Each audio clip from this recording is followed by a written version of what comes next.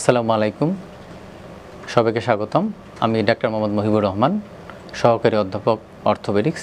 আমি অর্থোপেডিক্স এবং medical education বিশেষজ্ঞ হিসেবে কর্মরত আছি centre for medical education, Mohakhali, ঢাকাতে। আজকে আমরা যে বিষয়টা নিয়ে কথা বলবো, যদিও এটা ডাক্তারি টার্ম হচ্ছে ফ্রোজেন শোল্ডার, এবং এই ডাক্তারি টার্মটাই অনেকের কাছে খুবই পরিচিত।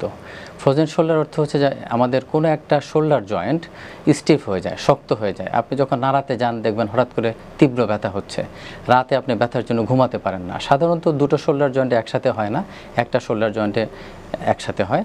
এবং আমরা দেখা যায় যে রোগীর কোনো একটা হিস্ট্রি থাকে, হয়তো রোগী ওই হাতে কোনো একটা অংশে ব্যথা পেয়েছিলেন, চিকিৎসা করতে গিয়ে ওই শোল্ডার জয়েন্টে অনেক দিন উনি ঠিকমতো নাড়াচাড়া করেন নাই।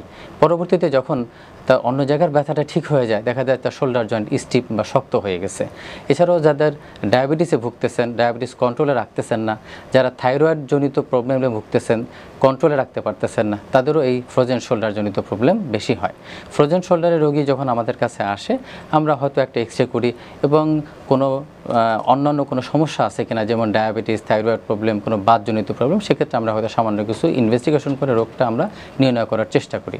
এবং এক্ষেত্রে পেশেন্টকে আমরা হয়তো কিছু ক্যালসিয়াম সাপ্লিমেন্ট, কিছু ব্যথার ঔষধ, এবং আমরা সর্বোচ্চ যেটা চেষ্টা করি তাকে কিছু ব্যায়ামের মাধ্যমে এই রোগটা সমাধান করার জন্য। এবং এক্ষেত্রে অনেক সময় ফিজিওথেরাপিরও প্রয়োজন হতে পারে, সেক্ষেত্রে আমরা ফিজিওথেরাপি অ্যাডভাইস করে দিই। একটা জিনিস সবাইকে সবাই মনে রাখবেন যে ফ্রোজেন শোল্ডার রোগটা সময় মতো চিকিৎসা করলে ইনশাল্লাহ আপনি পুরোপুরি সুস্থ হয়ে যাবেন, এবং একটু সময় লাগবে।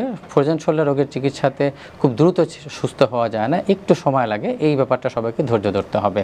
পরিশেষে সবার প্রতি আমার অনুরোধ, আলোকে সেবা নিন, সুস্থ থাকুন, মনে রাখবেন সুস্থ জীবন সুন্দর পৃথিবী। সবাইকে ধন্যবাদ। আসসালামু আলাইকুম। স্বাস্থ্য সেবায় আমরা অবিচল।